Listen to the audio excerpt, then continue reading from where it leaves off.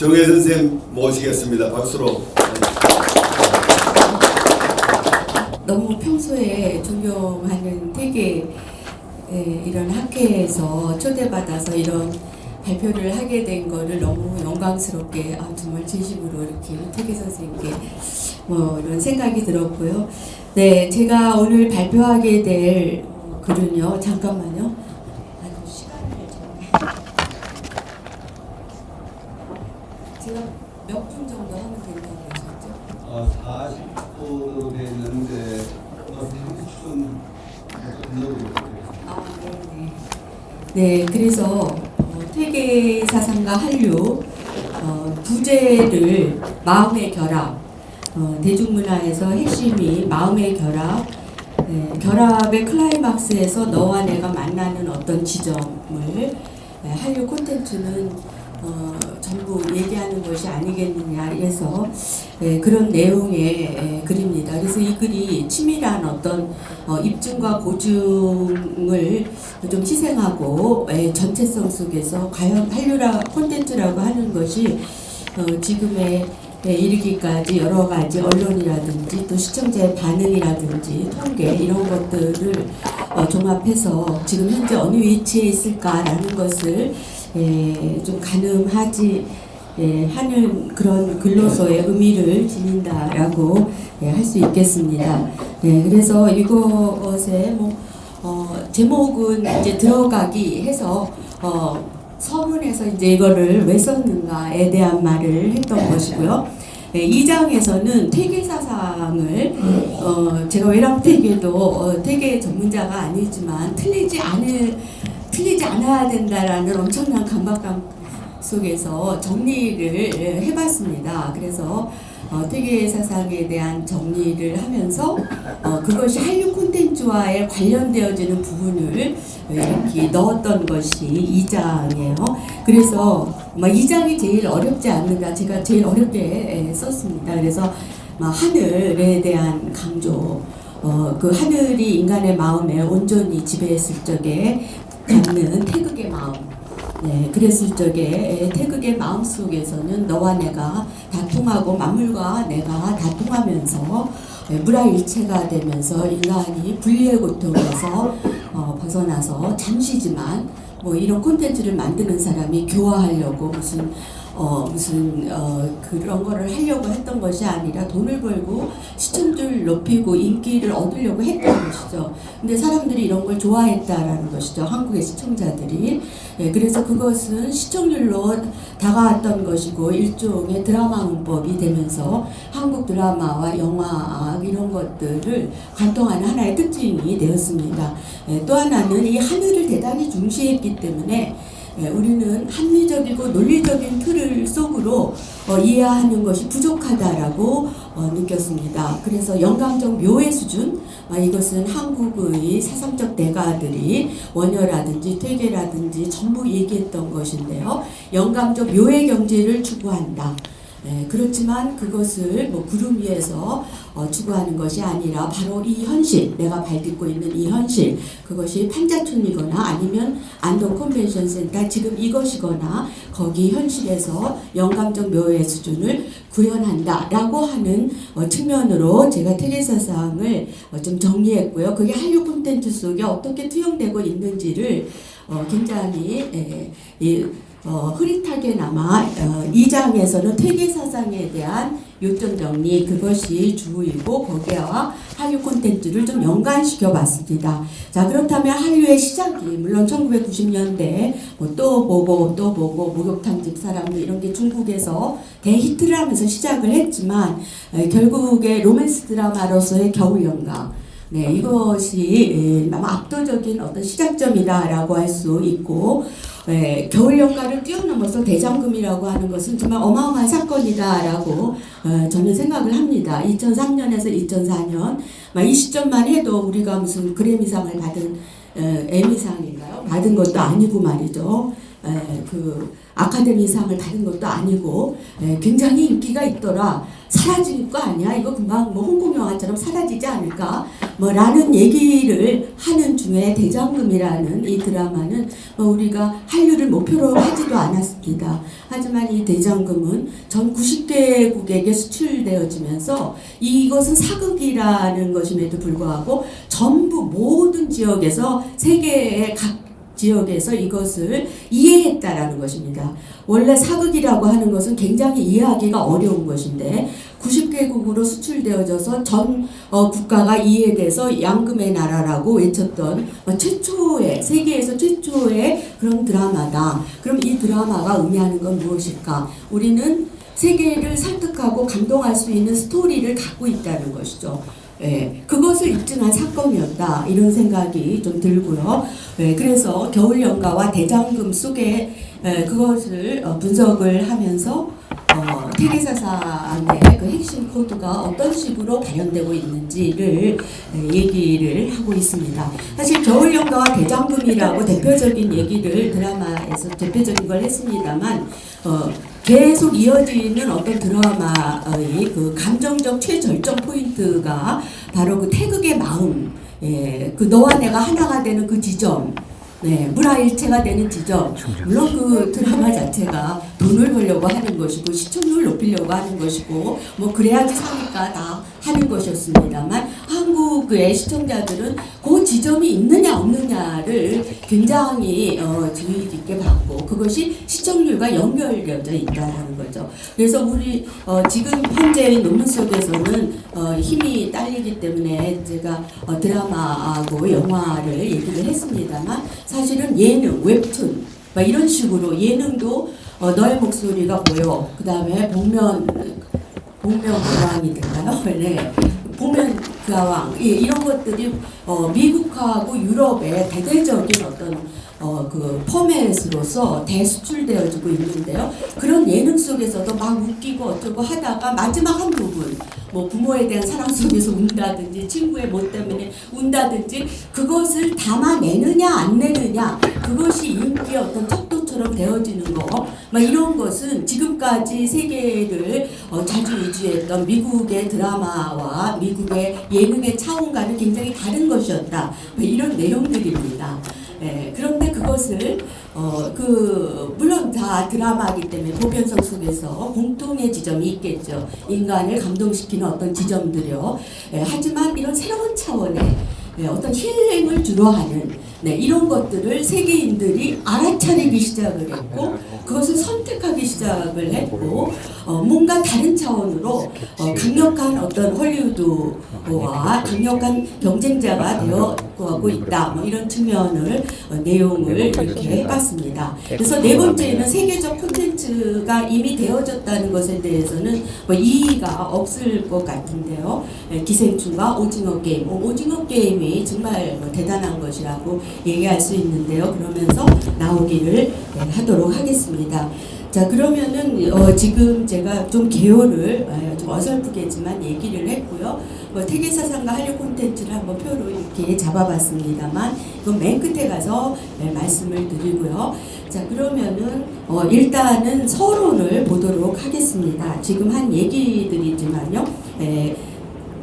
이 서론에 대한 이야기 또 중심되는 이야기는 이 책을 보면서 하겠습니다. 210페이지 첫째 패러그래프요.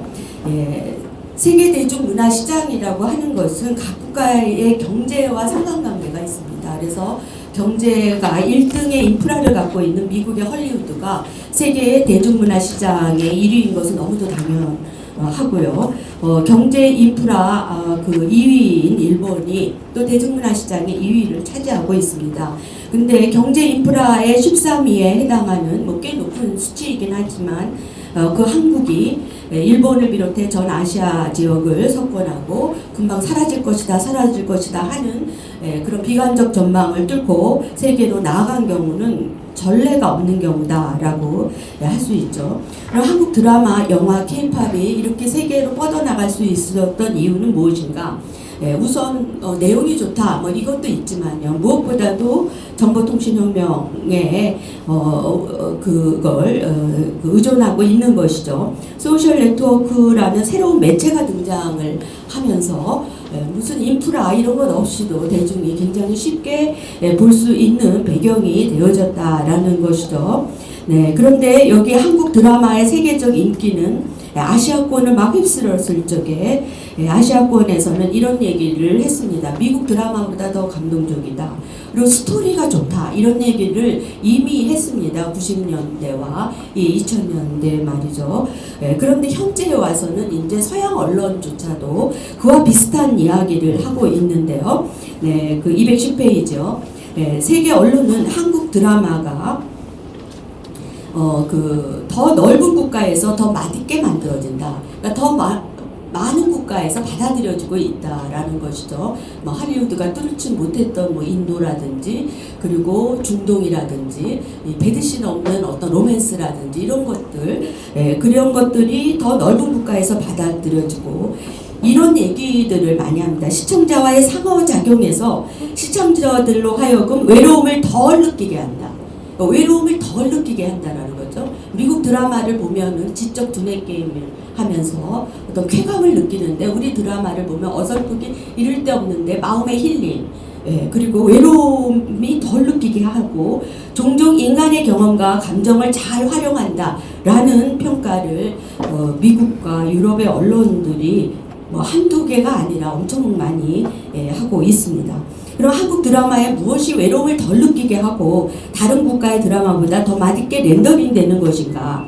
왜 한류가 13이라고 하는 경제의 어떤 그런 인프라의 열악성임에도 불구하고 계속 진화 발전하면서 세계의 지지를 얻을 수 있는 것일까? 퇴계사상은 이 질문에 답할 수 있는 저는 중요한 통로다라고 생각을 합니다. 문화 콘텐츠라고 하는 거, 드라마, 영화 이런 것은 그 흥미, 상업성, 돈을 벌려고 하는 것이죠. 트렌드 등이 종합되어 이루어진 산물이지만 그 중심에는 각 지역의 고유의 사유구조, 문화가 관통하고 있습니다. 그래서 사상은 직접적으로 드러나 있지 않지만 뭐 태극의 마음 뭐 이것이 대장금에 드러나 있진 않죠. 직접적으로요. 콘텐츠의 스토리를 만들어내는 기본이 되기 때문입니다. 퇴계사상은 조선 주작이지만 한국을 대표하는 사상으로서 한류 콘텐츠의 스토리에 작동하며 콘텐츠에서 다루는 사랑 등의 정서에 영향을 미치고 있다. 이렇게 볼 수 있겠습니다. 세계인을 요동케 하면서 오징어 게임에 이르러서 전 세계적인 지지를 얻어낸 그 감정적 핵심에는 퇴계사상과 어떤 관련성이 있는 것일까? 즉 한류 콘텐츠와 사상과의 관련성, 퇴계사상과의 관련성을 추적하는 것은 오늘날 드라마, 케이팝, 한류 콘텐츠가 어떻게 세계에 그렇게 많은 공감을 얻을 수 있었는지 전부 다를 해명할 수 있다라는 얘기가 아니라 아주 근본적인 것을 해명할 수 있게 해줍니다. 네. 그러나 지금까지 연구는 한류의 상황, 한류의 성공 여인 등 이런 게 많이 연구되어져 있지만은 한국 사상과를 관련시켜 한류를 재구성해 보려는 시도가 드물었습니다. 그래서 이와 같은 문제의식의 근거에서 본고에서는 퇴계사상을 개관해보고 한류의 고전 대표 콘텐츠인 겨울연가와 대장금, 사랑의 불시착, 여기에 흥행 요소와 퇴계사상이 어떠한 관련성이 있는지 고찰을 하고 다음에 훨씬 더 세계적인 콘텐츠로 발전되어진 오징어 게임 기생충에서 퇴계사상과 어떻게 투영되고 있는지를 고찰하고자 합니다. 이를 통해서 감동성, 한류 콘텐츠를 감동적이다라고 하는 어떤 그러한 정서 이런 것을 고찰해 볼 수 있지 않을까 이렇게 생각을 하고 있습니다. 네, 그러면 두 번째에서 퇴계사상과 한류 콘텐츠를 이제 퇴계사상을 제 나름대로 이렇게 정리를 했는데요. 네, 제가 뭐 퇴계사상 전공자가 너무 아니라 여기에 보면은 일반적인 개설서와 유승국 박사님의 그 책과 그리고 이기동 교수님의 책, 이 세 책을 굉장히 많이 이렇게 틀리지 않으려고 엄청 애를 썼습니다. 그래서 첫 번째는 천인무관 네, 이건 모근 이세계 아주 한국 주작처럼 만든 대표적인 단어라고 할 수 있는데요. 퇴계사상은 천인무간, 하늘과 인간에 아무런 차이가 없다.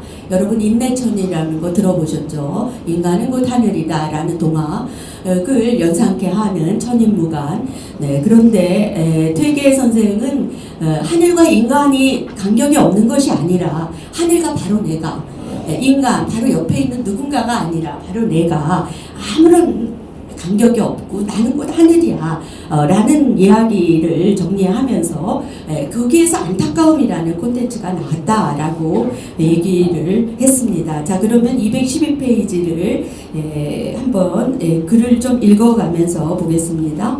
중간층에 보면은요, 밑에서 한 12번째 줄쯤 되면 인간이란 하늘과 하나의 틈도 없이 연결되어 있는 존재임을 모근 이색은 말하셨습니다. 근데 퇴계 선생은 천인무간에서 한 발자국 더 나아가 하늘이 곧 나라는 천하무간이라는 걸 주창해서 내가 하늘과 일치된 존재임을 더욱 강조했습니다. 하늘이 곧 나이기에 내가 다른 어떤 이런 그 하잘것 없는 것이 아니라 나이기에 귀중한 존재이며 나는 하늘과 같은 마음으로 살아야 할 존재입니다. 네, 다른 사람이 아니라 바로 내가 하늘과 이렇게 이어져 있다면 하늘과 같은 이런 귀중한 존재임에도 불구하고 막상 나의 현실에 나는 너무도 보잘것없고 또 그 현실은 아비규환 속에 던져져 있다라는 거죠. 그래서 보잘것없는 현실의 나는 원래 나라는 하늘과 이어져 있는 것이 너무 강하기 때문에 그 격차가 너무 커서 너무 안타깝다. 그래서 한류 콘텐츠에서 안타까움이 그렇게 많이 나오는데 그것은 하늘에 대한 강한 지향이 있기 때문에 현재의 내가 더욱더 안타깝게 느껴지는, 하늘이 그렇게 강하게 지향되지 않으면 뭐 현실의 나가 불만이지만 뭐 그럭저럭 이럴 수 있는데 그래서 안타까움이 나온다라는 것이죠. 그래서 천하무간의 나는 하늘의 모습을 회복해서 살아가고자 하는 간절함이 생기고 견디지 못할 정도로 한이 맺히게 된다.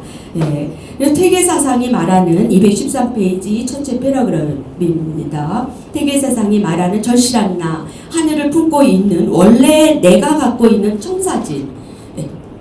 원래의 내가 하늘이라고 하는 청사진과 그와 정반대인 현실에서 오는 괴리, 그리고 이 괴리를 뛰쳐나가고자 하는 간절함이, 이것이 퇴계사상이 아니라 한국 콘텐츠의 기본적 베이스를 이루고 있다라고 볼 수 있겠습니다. 물론 그 한국 콘텐츠가 무슨 퇴계사상적인 철학적인 삶의 실천이 주제가 아닙니다. 사랑이면 사랑, 성공이면 성공, 뭐 거기에서 이걸 다루고 있다라는 것이죠. 그 괴리, 역동성, 내가 너무나 절실한 하늘인데 그와 너무나 떨어져 있기 때문에 하늘이면 하늘일수록 현실에서 오는 괴리, 그리고 그 괴리를 적당히 마무리하고 타협하고 나아가는 것이 아니라 그 괴리를 뛰쳐나가고자 하는 간절함, 그 애절함, 뭐 이런 것이 한류 콘텐츠에 나오는 것이죠. 그래서 한류 콘텐츠의 가장 극적인 장면은 바로 이 절실한 안타까움을 인지하고 현실을 뛰어넘는 장면들입니다. 네, 잠시 드라마 오징어 게임을 보자면요, 돈을 추구하는 살인 게임으로 점철된 그냥 목숨이 그냥 잔인하게 죽어가는 잔인함이 가득한 화면이지만 거기에 오징어 게임에서는 뭘 얘기를 하느냐면요, 왜 그렇게 우리 인간들은 잔인하게 살아야 하는지, 나는 하늘이지 않는가를 묻고 있습니다. 네, 그런 하에서의 어떤 오징어 게임의 스토리가 전개되는 것이죠. 네, 즐거움을 목적으로 하는 한국의 예능에서도 이 안타까움을 절실히 드러낼 수 있느냐 없느냐가 굉장히 중요한 관건이고, 여기에 모든 장치를 동원합니다. 우리 드라마건 뭐고 간에. 그리고 이 장치를 동원하는 것은 그냥 제가 얘기하는 것이 아니라 이미 그 미국 언론과 서양 언론에서 이걸 막 한국의 콘텐츠 업계들은 아주 자랑스럽게 얘기하고 있고 막 이거에 무슨 여러 가지 어떤 기술적 수법을 뭐 얘기한다 하면서 기사를 내고 있습니다. 막 이전에는 이런 것들이 억지로 이렇게 분석을 해야 되는데 이제 이미는 막 세계 언론들이 그 얘기를 그냥 그대로 하고 있는 막 그런 형국인데요. 네, 그래서 이러한 한국 사상에 기반해서 한류 콘텐츠는 모든 생명의 근원이며 살리는 마음, 살려는 마음과 통하는 하늘을 비현실적이라고 제쳐두거나 결코 방치해 두지 않는다. 뭐 처음부터 끝까지 다 그런 것은 아니지만 그 지점에서 하이라이트를 준다라는 것이죠. 한류 콘텐츠는 하늘을 향해 열어놓고 극적인 순간에 그 하늘이 오롯이 나타난다. 그 지점에서 너와 내가 미국인과 한국인이 멕시코인이 그냥 자신이 가졌던 올감했던 그런 것 속에서 눈물을 흘리면서 그걸 만난다라는 것이죠. 그게 이 화두가 즐거움을 목적으로 하는 예능마저도 한국 드라마, K-팝, 예능 등 한류 콘텐츠에서 강하게 클라이막스로 나타난다라고 할 수 있겠습니다. 그 다음에 2번은 하늘과 태극의 마음. 그래서 우선 인이라는 것이 이제 이 만물과 하나가 되는 인인데, 인을 쪼개서 보자면 사단이다. 여러분 수어지심, 사양지심 이런 거 배우지 않으셨습니까? 그것이 인간에게 있다라는 것이죠. 그런데 인간은 그것이 없어져 버리지 않았습니까? 그럼 다시 복원하기 위해서 어떻게 해야 되느냐? 그 수양의 방법으로서 잡학한 것을 없애버리는 경을 얘기를 하셨던 것이죠. 태계 선생이 말이죠. 그래서 여기에서 이제 인극이 이렇게 나오는데요. 인간에 내재한 어떤 성실한 주체로서의 태극, 그것이 뭐랄까요? 이기동 선생님은 한 마음이다 이렇게 말씀을 하셨고요. 무슨 인간에게 하늘의 마음이다 이런 것인데. 태계 선생은 인극 이런 말을 해서 제가 인극이 참 좋더라고요. 인간에 내재한 그 태극의 마음, 이것을 가져왔습니다. 그래서 태극의 마음이 되면은 만물과 내가 일체가 되어지는, 내가 하늘로 꽉 차 있어서 보고 듣고 이러는 것들이 막 충실되면서 너와 내가 간격이 무너지고 만물과 하나가 되어지는 그 단계, 그것을 태극의 마음이다 이렇게 표현을 했죠. 자, 이것을 214페이지 이렇게 읽어보도록 하겠습니다. 위에서 세 번째 줄, 태계는 인을 하늘의 마음으로 말했습니다. 인간이 수양을 완성해서 성인의 경지에 오르면 하늘의 본래의 모습을 회복해서 하늘을 매개로 해서 세상의 모든 존재와 하나가 된다. 인이란 만물과 하나가 되어지는 그 아끼고 사랑하는 마음이다. 너와 내가 없어지는 무라일체의 상태이다. 이것을 사단이다 라고 얘기를 한 것이죠. 214페이지 밑에서 7번째 줄. 그렇다면 인간의 마음은 왜 이렇게 사단이 위축되어져 버렸는가? 그렇다면 이것이 다시 복원할 수 있는 방법은 무엇인가? 사단을 확증시키는 방법. 우리 마음이 이렇게 하늘로 충만한 것이 아니라 그 반대의 것으로 충만하지 않습니까? 욕심과 시기와 불안과 이런 것들을 어떻게 할 것인가 하는 그 방법을 경이다라고 했던 것이죠. 경은 마음을 한 곳에 집중해서 잡박한 것을 없애고 다른 곳으로 달아나지 않게 하는 경건한 마음, 이 경을 중시했다라는 것입니다. 215페이지요. 위에서 네 번째 줄을 이렇게 보면 퇴계는 잡박한 것을 없애고 경건한 마음을 유지하는 경을 지속하면 인의 마음, 즉 인내하는 마음이 되고 측은지심에 도달할 수 있다라고 했습니다. 퇴계는 인간에게 원래 이러한 인간 속에 내재한 이 성실한 주체를 인극이라고 표현을 했습니다. 인극은 마음이 태극이 된다라는 뜻으로 인간 본래의 마음을 말하고 있습니다. 그래서 퇴계는 마음속 가득히 측은지심이 넘쳐흘러 막힘이 없이 두루 퍼져 없는 곳이 없을 때 이것을 바로 인의 실체라 한다라고 했던 것이죠. 자, 퇴계는 인간의 무상, 유한함을 깊이 통찰했고 인간이 분리해서 벗어나 하나가 될 수 있는 인내하는 마음, 즉 측은지심에 있다라고 봤던 것입니다. 그래서 태극의 마음에 도달한다면 인간은 그때 세계를 품고 인간과 인간이 만나고 만물과 일체가 되어서 모든 것의 어떤 간격들이 없어지면서 분리해서 오는 고통, 이게 분리의 고통을 잊어버릴 수 있다. 이 분리에서 벗어나 하나가 될 수 있다. 이렇게 말씀을 하셨는데요. 분리해서 오는 고통을 이길 수 있다. 이런 얘기를 했죠. 근데 실상 퇴계 사상이 전개한 퇴계 사상만 갖고 말할 수 없지 않느냐 뭐 이런 의문도 계실 수 있을 텐데요. 사실 퇴계 사상이 전개한 이 핵심적 인해 상태는 나의 사욕이 사라지고 충일되어 만물과 일체가 되는, 그래서 인간과 인간 사이의 결합을 이룬다라고 하는 그 이전의 한국 사상이 줄곧 추구한 가치이기도 합니다. 물론 한국 사상은 너무도 다양하고 그것의 다양성을 우리는 차별성을 얘기하면서 얘기할 수 있겠습니다. 그러나 그 한국 사상이 일관돼서 줄곧 어떤 중심적 가치로서 추구해왔던 것이 중심에 인이 있다, 사욕이 사라지는 만물과 일체되는 그런 것이 있다라고 얘기하는 데는 주저없이 분명하게 얘기할 수 있겠죠. 최치원의 현묘한도, 풍류, 원효의 일심, 동학의 인내천과도 퇴계의 사상은 만납니다. 그래서 그럼 이 태극의 마음이 돈을 벌려고 하는 그 대중문화 관계자일 텐데요. 아무리 돈을 벌려고 해도 사람이 감동하고 재미있어야 보지 않습니까? 거기에서 우리 퇴계 선생의 그 사상과 그 상업적인 한류 콘텐츠가 만나는 부분인데요. 네, 216페이지요. 태극의 마음, 한일 마음이 되는 거. 이것은 한류 드라마 영화 주인공 캐릭터의 지향점이다라는 것이죠. 막 그들을 나쁜 악한이라고 할지라도 어느 지점에서 뭔가의 그 과정을 거쳐서 한일 마음이 되는 그 순간에 사람들이 전부 하나가 되는 그 지점들, 그리고 한류 콘텐츠의 하이라이트 부분에서 다 드러납니다. 드라마, 케이팝, 예능, 웹툰 등 한류 콘텐츠는 너와 내가 하나 된 마음, 만물과 일체가 된 순간을 재현합니다. 그 정점의 순간을 공들여 드러내고 이 부분의 기술이 매우 발전되어져 있습니다. 이것은 그 미국 언론하고 유럽의 언론들이 얘기하는 것이죠.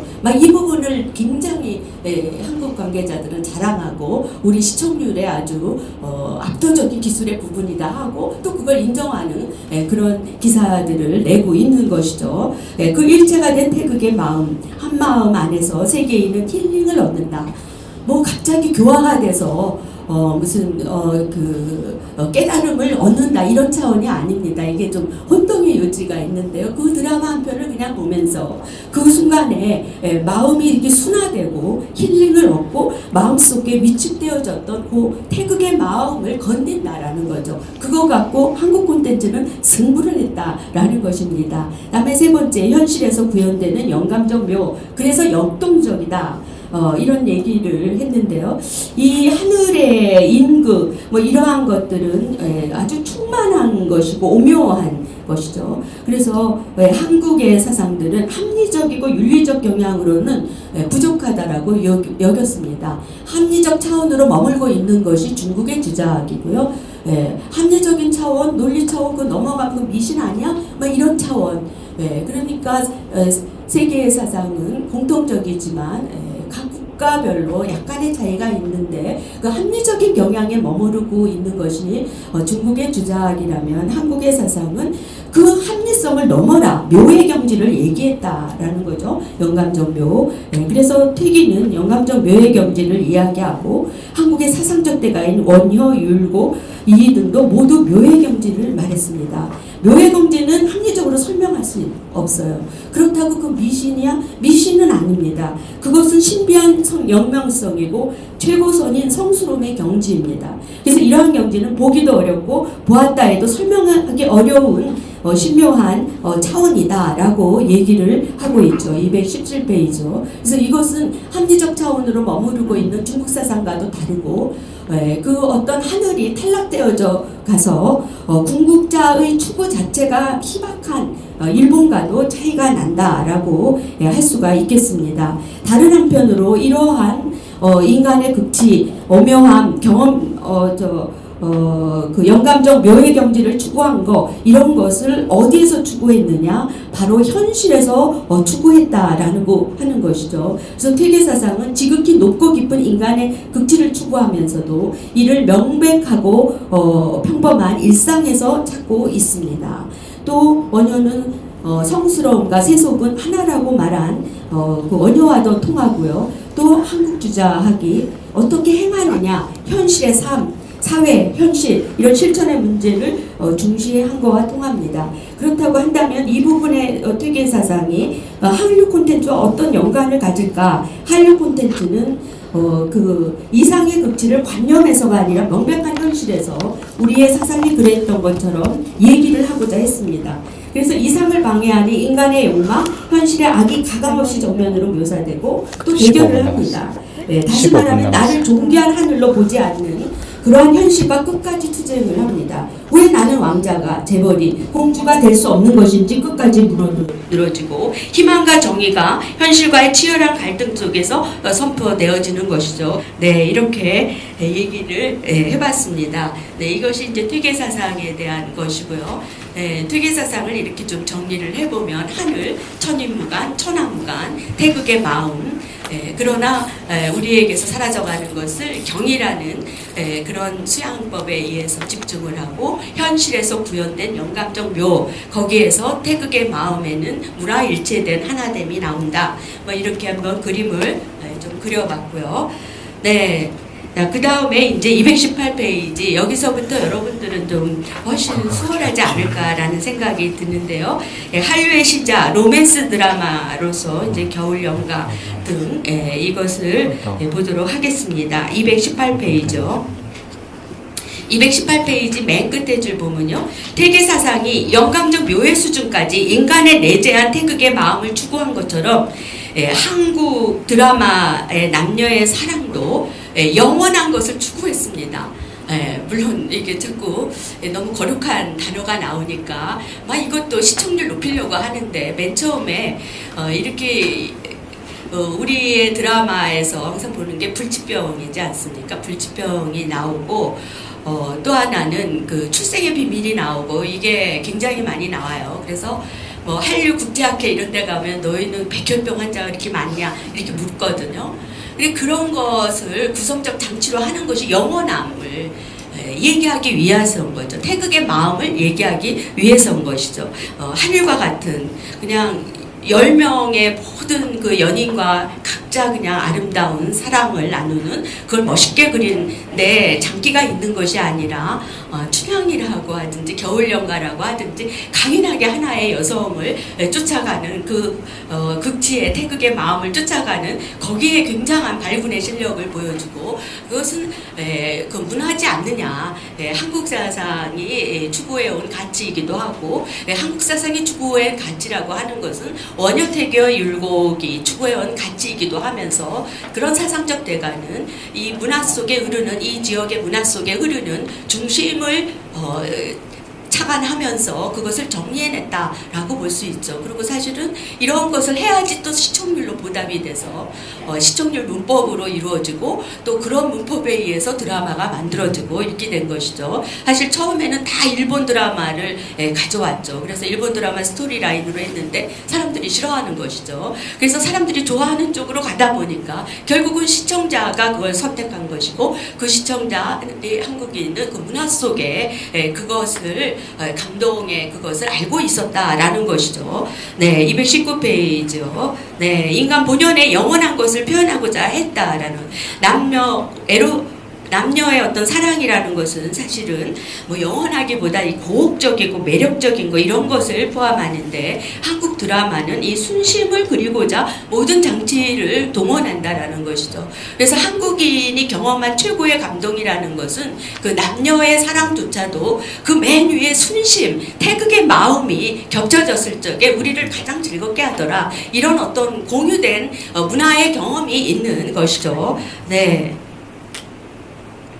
네, 5분 정도요. 10분 정도 하겠습니다. 네.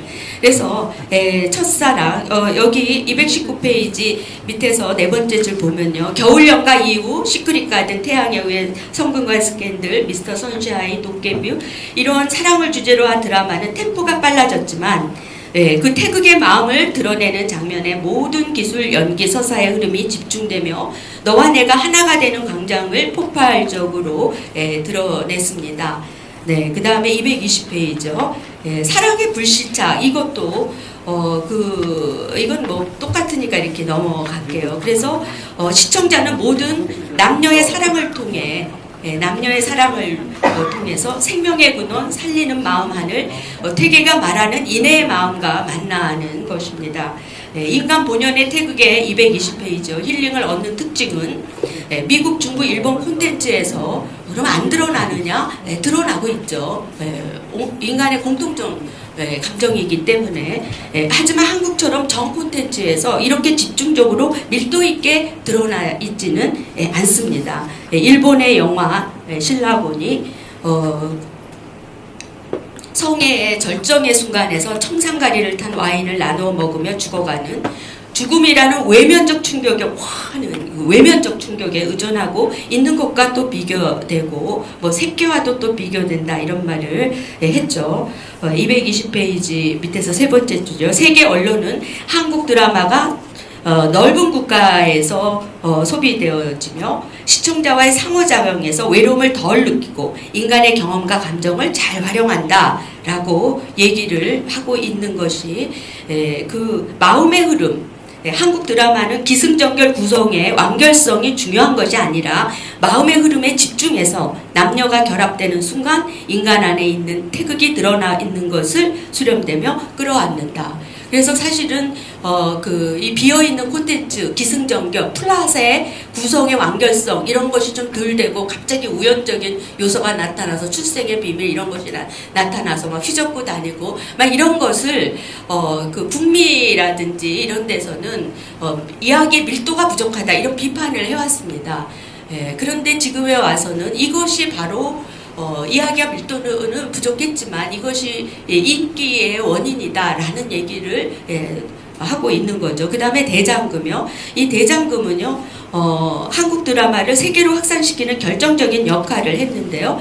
홍콩에서 50%, 이란에서 90%, 헝가리에서 40%, 좀 압도적인 사랑을 받았고 세계 최초로 91개국에 수출되면서 세계 최초로 거의 전 지역에 방영되는 사극이었습니다. 네, 대장금은 온갖 역경 속에서 희망을 잃지 않는 것 222페이지죠. 또 현실의 악과 치열한 대결 속에서 정의가 강렬히 선포되고요. 대장금은 또 인간이 결합되고 화합되는 농밀한 가정을 농밀하게 그려내고 있습니다.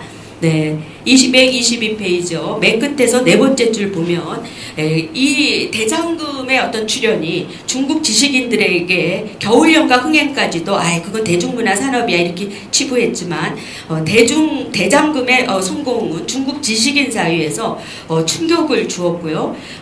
현대 중국보다도 더욱 전통적인 이미지로 유교 문화의 해석권을 다투고 있는 것에 한국이 다투고 있는 것에 주의해야 된다. 대장금을 보면 유교의 전통 문화의 정수가 진열돼 박물관을 참관하는 느낌이라고 말을 하고 있습니다. 선과 정의는 세계 콘텐츠의 고전적인 장르입니다. 뭐 배트맨 뭐 굉장히 많지 않습니까? 희망을 가져라, 옳게 살아라 라는 주제는 세계 지역의 누구라도 뭐 토인이라도 이해할 수 있는 그런 어떤 주제이지만 굉장히 감동 있게, 박력 있게 그리기는 어려운 주제인 것이죠. 그런데 한국의 콘텐츠는 현실의 비참함을 뚫고 선포됨으로써 사람들에게 극적인 감정을 일으키고 악한 자까지 포함하는 너와 내가 하나가 되는 신명의 강장으로 사람들을 유인하고 있습니다. 그래서 이러한 어떤 신명의 강장은 태극의 강장은 세계의 모든 인간이 갖는 저마다의 한을 반추하면서 카타르시스를 풀어내는 장면이기도 합니다. 그럼 할리우드의 콘텐츠 산업은 120조에 달한다 라고 얘기를 하고 있는데요. 주류 장르가 로맨스, 가족, 코미디, SF 이런 장르인데 바로 대장금에게서 보여줬던 로맨스, 가족 그리고 어떤 이런 휴먼 이런 것들은 사극이 주는 난해한 이야기를 전 90개국에서 놀라운 인기를 얻을 만큼 세계인이 공감할 수 있는 스토리 라인을 한국이 가졌음을 확증하는 그런 콘텐츠다 대장금이 이렇게 볼 수 있겠습니다. 네, 그 다음은 이제 기생충과 오징어 게임에 대한 것인데요. 네, 와우 장룡은 그 동양의 그 영화로서 가장 많은 관객을 불러들인 그런 영화입니다. 그 1위고요. 기생충이 4위거든요. 북미 미국에서요. 그런데 이 와호장룡에 대한 그 이야기는 동양적 신비주의, 여성, 동양 여자, 그리고 무술이 그냥 서양에서는 막 싸움이었는데 얘네는 막 예술처럼 춤추네, 너무 신비하네, 이런 거였다는 거죠. 그렇다면 한국은 스토리에 강한, 스토리를 다 이해하는, 이것은 뭐 굉장히 큰 차이지 않는가 이런 생각이 드는데요. 그 다음에 이제 기생충하고 제일 중요한 오징어 게임을 보도록 하겠습니다. 224페이지요. 기생충은요, 현대 사회의 계급적 격차, 반지하와 고급 주택에 사는 가족이 우연히 얽히면서 일어난 뭐 이런 계급 격차 문제, 빈부 격차 문제, 세계 어디에나 있는, 그걸로서 아카데미 감독상, 작품상, 뭐 상상할 수 없는 그런 상을 이렇게 받은 것인데요. 그러면은 이 어떤 그 빈부 격차에 대한 그 주제에 대한 접근이 어땠느냐? 미국과 유럽의 영화에서도 있긴 있었지만은 상당히 그 마이너적인 영화였다라고 얘기를 하고 있습니다. 또 서양에서도 200년 이상 오페라타에서 단골로 두 계급이 서로 뭐 이렇게 치고받고 서로를 골탕 먹이는 이런 게 있지만, 이렇게 날것으로 진검승부한 것이 아니라 그 적당한 지점에서 합의하고 웃는 이야기였다라고 해요. 근데 반면 우리의 기생충은 빈부격차 양극화를 그냥 대충 파악한 것이 아니라 정면으로 파악해서 그 문제점과 진검승부하고 있습니다. 반지와 물난리, 이러한 것과 고급주택에 부여한 가족, 명료한 대비 속에서 현실을 통렬하게 고발했습니다.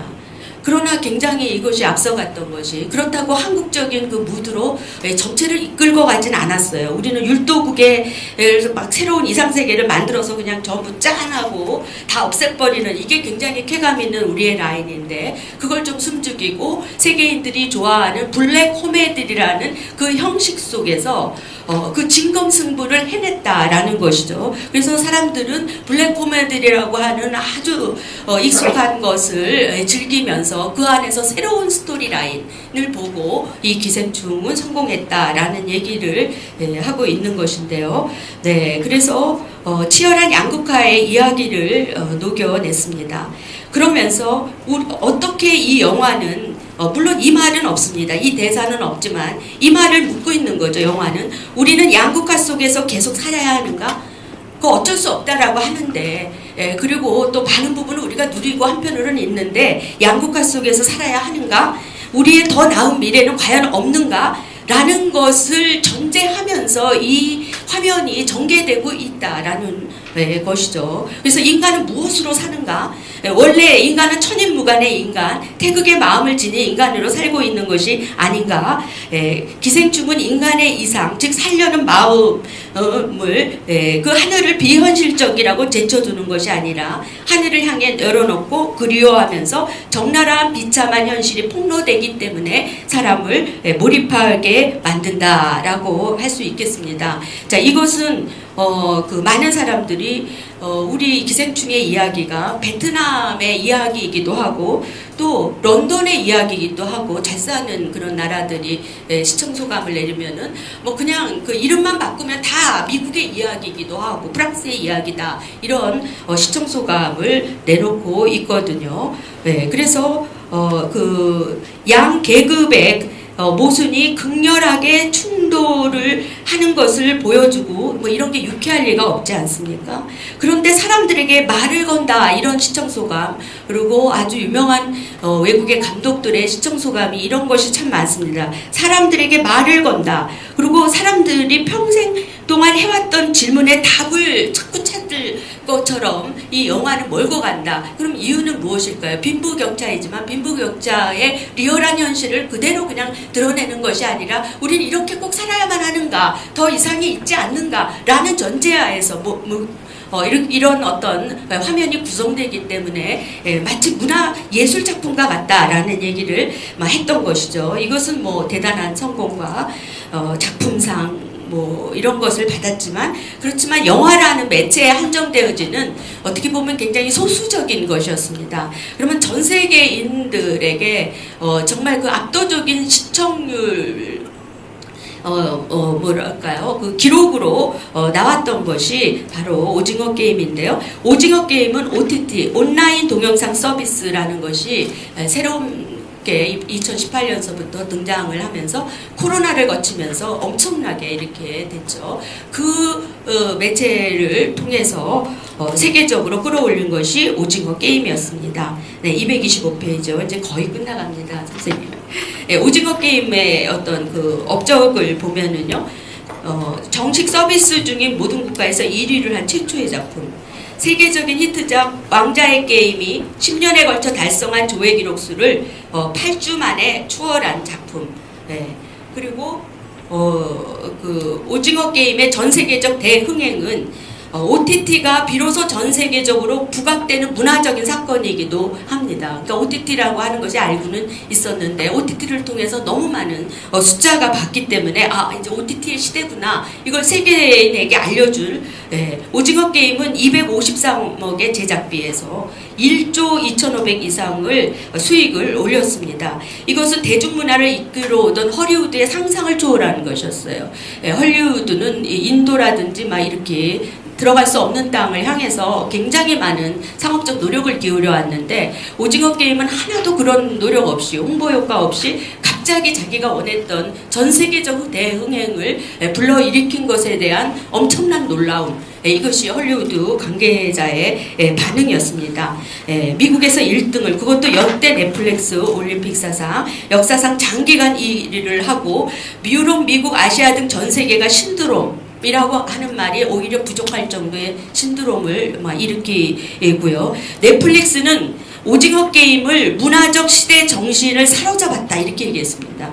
시대 정신, 문화적 시대 정신, 전 세계의 정신을 사로잡았다라는 얘기를 했던 것이죠. 이게 왜 이렇게 성공을 했느냐? 이것은 극한의 돈을 벌기를 못했던, 돈이 필요한 서바이벌 게임에 참가한 사람들이 목숨을 걸고 극한의 게임을 도전하는 그런 이야기죠. 그런데 아이들의 놀이를 통해서 적자생존의 논리를 게임으로 만들어 하나의 공간에서 이렇게 표현해 놨습니다. 또 그 공간을 비인간적인 자본가들이 지켜본다는 이런 어처구니 없는 게임을 만들었던 이유는 너무도 돈이 많은 자본가들의 심심풀이, 너무 지루해서라는 것이죠. 그것이 한 공간에 형형색색의 옷을 입고 그야말로 자막이 있지만 자막을 보지 않아도 너무 쉽게 이해되어지는 그 스토리 라인, 거기에다가 한국성, 태계사상적인 이런 것이 들어갔다라고 볼 수 있는데요. 그 얘기를 226페이지죠. 네, 그래서 등장인물의 대부분이 목숨을 걸어야 할 정도로 큰 돈이 필요한 사연을 갖고 있습니다. 그러나 그 보통의 데스게임과는 다른 작품이 나왔다. 보통의 데스게임과는 비교도 안 되는 그런 어떤 감동을 준다 이런 얘기를 하고 있는데요. 227페이지죠. 목숨을 건 돈의 획득의 싸움 속에서 이기심, 욕망이 이글거리고 비열함, 생존을 위한 잔인한 전략, 배반이 난무하지만 그 게임장에서는 의지함, 신뢰, 인간이 여전히 있었다라는 거죠. 이게 다른 데스게임과 다른 것이죠. 기운, 새벽, 상우 등 등장인물의 애환, 꿈, 지켜야 할 것들이 안타까움으로 있었다.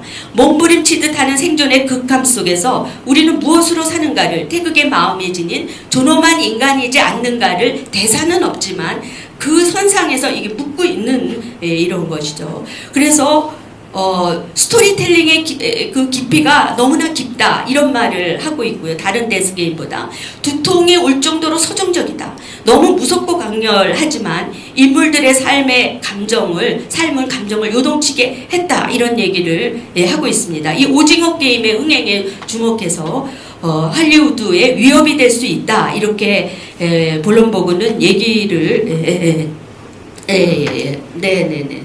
227페이지 맨 끝에 줄이요.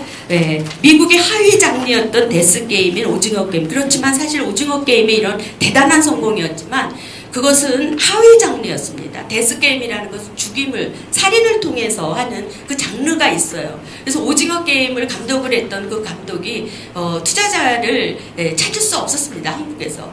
그러나 그런 세계적 장르가 있기 때문에 넷플릭스에서 투자를 했던 것이죠. 그래서 넷플릭스의 기대라고 하는 것은 이것은 무슨 휴먼 그런 사랑 드라마가 아니야. 이건 하위 게임이야. 거기에서만 성공하면 돼. 근데 하위 장르라고 일컬어졌던 그 데스 게임에서 대박이 일어났다라는 그런 얘기죠.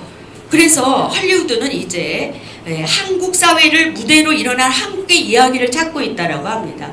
이게 최근에 어떤 그 전원이라고 할 수 있어요. 신문에 난 한국에서 일어난 이제 리메이크가 아니다라는 거죠. 또 이전에 어떤 흥행했던 그 명작 드라마 이걸 그대로 하겠다라고 얘기하면서 그 기생충이나 오징어 게임처럼 한국인의 이야기로 또 이전의 명작 드라마로 그대로 제작할 예정으로 있습니다. 그래서 한국 넷플릭스 중요 관계자는 한국을 논하지 않고서는 이제 글로벌 엔터테인먼트를 말하기 힘들다라고 얘기를 하고 있죠. 그래서 오리지널리티를 한국은 인정받으며 헐리우드의 강력한 경쟁자로서 주류로서 등장하고 있다. 120조의 콘텐츠 시장을 이끌어가는 주요 장르, 대장금이 보여줬던 그 가능성, 오징어 게임이라고 하는 데스 게임의 그런 것이 아니란 말이죠. 그거를 할 수 있다라는 것이고요. 결론에서의 마지막 부분이 이것입니다. 한류 콘텐츠는 지금까지 지적 두뇌 게임을 통해서 쾌감을 가졌던 그리고 정확한 기승전결 이런 것이 주였던 미국 드라마와는 달리 절실한 안타까움으로 마음의 결합을 중시하며 그 속에서 너와 내가 인종과 인종이 만나는 광경을 제공하면서 새로운 콘텐츠로서 세계인에게 두뇌 게임이 아니라 힐링을 주면서 강력하게 주류로서 등장하고 있다. 네, 여기까지 너무 시간이 오래 걸려서 죄송합니다. 감사합니다.